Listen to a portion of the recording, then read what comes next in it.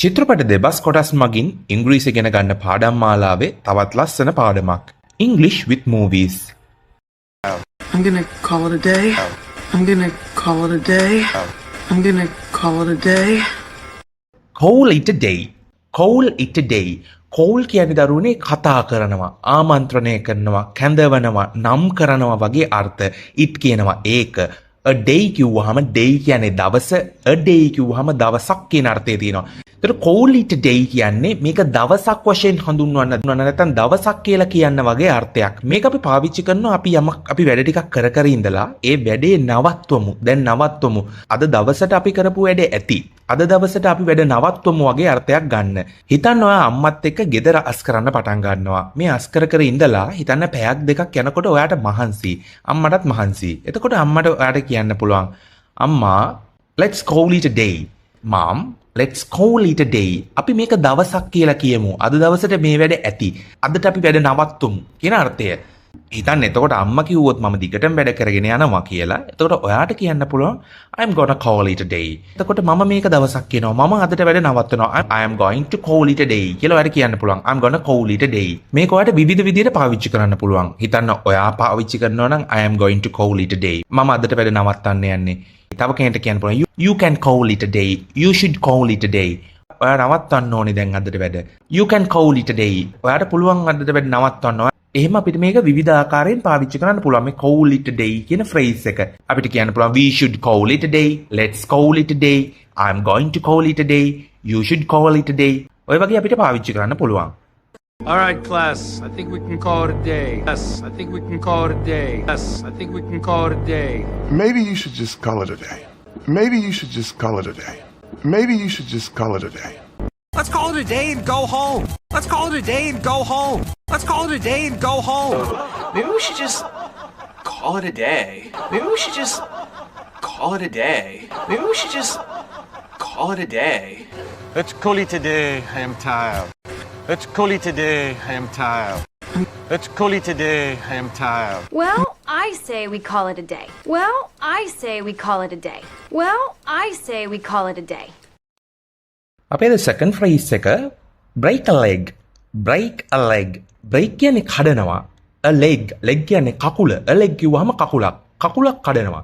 break කියන එක අපි command එකක් විදිහට use කරනකොට අපි කියනවා කඩන්න කියන අර්ථය. දැන් මෙතන තියෙන්නේ එහෙම. ඒතර break a leg කියලා කිව්ව කකුලක් කඩන්න කියන අර්ථය. මේක අපි පාවිච්චි කරන්නේ දරුවනේ කෙනෙක්ට සුබ පතන්න. දැන් මේක අහද්දී ඔයගලන්ට හිතේ කකුලක් කඩන්න කියන එක කොහොමද සුබ පතන්න යමු වෙන්නේ කියලා. මේක පාවිච්චි කරන්නේ දරුවනේ ඔයගොල්ලෝ අහලා reverse psychology කියලා එකක් තියෙනවා. කෙනෙක්ට සුබ පැතුවොත් ඒකෙන් සුබ වෙන්නේ නැහැ කියලා පොඩි superstitious එකක් තියෙනවා. අපි කියනවා මිත්‍යා විශ්වාසයක්, විශ්වාස ගතියක් තියෙනවා එහෙම. ඒකින්ද මේ ඉංග්‍රීසි එක පාවිච්චි කරන ක්‍රමයක් තමයි සුබ පතනකොට all the best කියන්නේ නැතුව ඒගොල්ලෝ කියනවා break a leg කියලා. හිතන්න කෙනෙක් exam එකකට විභාගයකට face කරන්න යනවා. එතකොට ඔයගලන්ට කියන්න පුළුවන් break a leg.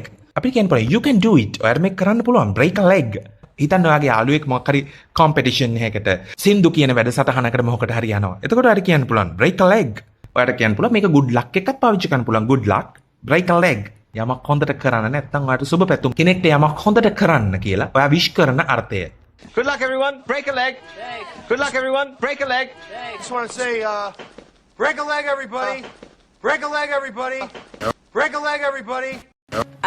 We'll break a leg tonight. We'll break a leg tonight. We'll break a leg tonight. All right. Break a leg, kid. All right. Break a leg, kid. All right. Break a leg, kid. Break a leg. Yeah, break a leg. Break a leg. Yeah, break a leg.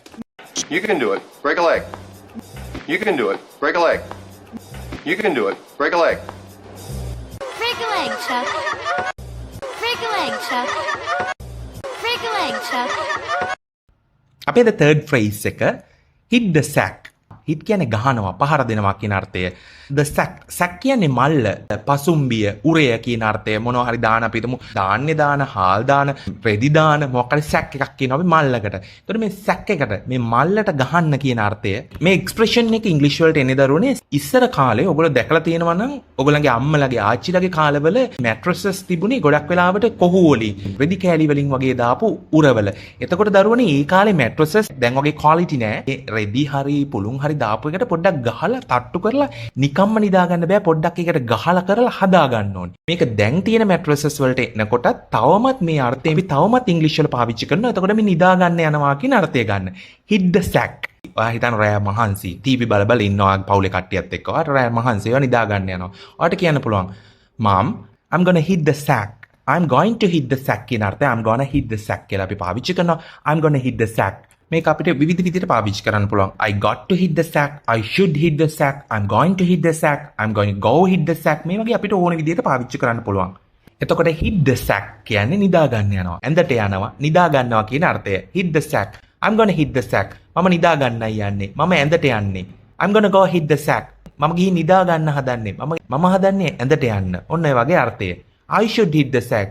මම ඇඳට යන්න ඕනේ. මම නිදා ගන්න ඕනේ. එතකොට hit the sack කියන්නේ නිදා ගන්නවා. ඇඳට යනවා. Okay, you know, I think I'm gonna hit the sack. I think I'm gonna hit the sack. I think I'm gonna hit the sack. But I am beat. I gotta hit the sack. Beat. I gotta hit the sack. Beat. I gotta hit the sack. I think I'll just hit the sack. I think I'll just hit the sack. I think I'll just hit the sack. Anyway, I'm gonna go hit the sack. I'm gonna go hit the sack. I'm gonna go hit the sack. අපේ අද හතරවෙනි phrase එක under the weather. under කියන්නේ යට පහත යටත් කියන අර්ථය. the weather කියනවා අපි කාලගුණයට. weather කියන්නේ කාලගුණය. මේකේ වචන වලම අර්ථය ගත්තොත් මෙතන මේ bad weather එකට නරක කාලගුණයට හිතන්න ලොකු වැස්සක් තියෙන gloomy දවසක නැත්තම් ලොකු සැර පායන දවසක මේ වගේ වෙලාවකට අපි මේ weather කියන එක මේ bad weather එකකට අපි පාවිච්චි කරනවා. එතකොට under the weather කිව්වහම මේ ඔයා ඉන්නේ මේ නරක කාලගුණයේ යට ඔයා ඉන්නවා කියන වචන වල අර්ථය. මේක ඉංග්‍රීසි වල අපි පාවිච්චි කරන්න දරුවනේ ඔයා ටිකක් අසනීපෙන් කියලා කෙනෙක්ට කියන්න. අසනීපෙන් මහන්සියෙන් වෙහෙසෙන් ඔයා අසනීපෙන් ඉන්නේ කියලා කියන්න. එතකොට ඔයාට මේක කියන්න පුළුවන් I am feeling under the weather. I am under the weather. I'm a little under the weather. මම ටිකක් විතර අසනීපෙන් වගේ. මේ වගේ අපිට මේක පාවිච්චි කරන්න පුළුවන්. ඔයාට හිතන්න ඔයාට දවසක ස්කූල් යන්න බැහැ කියලා හිතනවා අසනීපයි වගේ. ඔයාට කියන්න පුළුවන් යාළුවට කතා කරලා I don't think I will come today. I'm feeling a little under the weather. මම හිතන්නේ මට අද ඉන්න පුළුවන් කියලා. මට ටිකක් අසනීපයි වගේ. ඉතින්වා වැඩට යන්න ඉන්නවාට වැඩට යන්නේ නැහැ. එතකොට ඔයාගේ යාළුවෙක් කෝල් කරලා අහනවා මොකද අද ආවේ නැත්තේ? Why didn't you come today? ඔයාට එතකොට කියන්න පුළුවන් I felt a little under the weather. මට ටිකක් අසනීපයි වගේ දැනුණා. මේකම පාවිච්චි කරන්න පුළුවන් හිතනවාට කෙනෙක් ඔයාගේ යාළුවෙක් ඔයා ටිකක් බැලුවහම එයා අසනීපෙන් වගේ ටිකක් අසනීපෙන් වගේ. එතකොට ඔයාට කියන්න පුළුවන් you are looking a little under the weather. ඔයා ටිකක් අසනීපෙන් වගේ. under the weather කියන්නේ අසනීපෙන් ටිකක් අසනීපෙන්.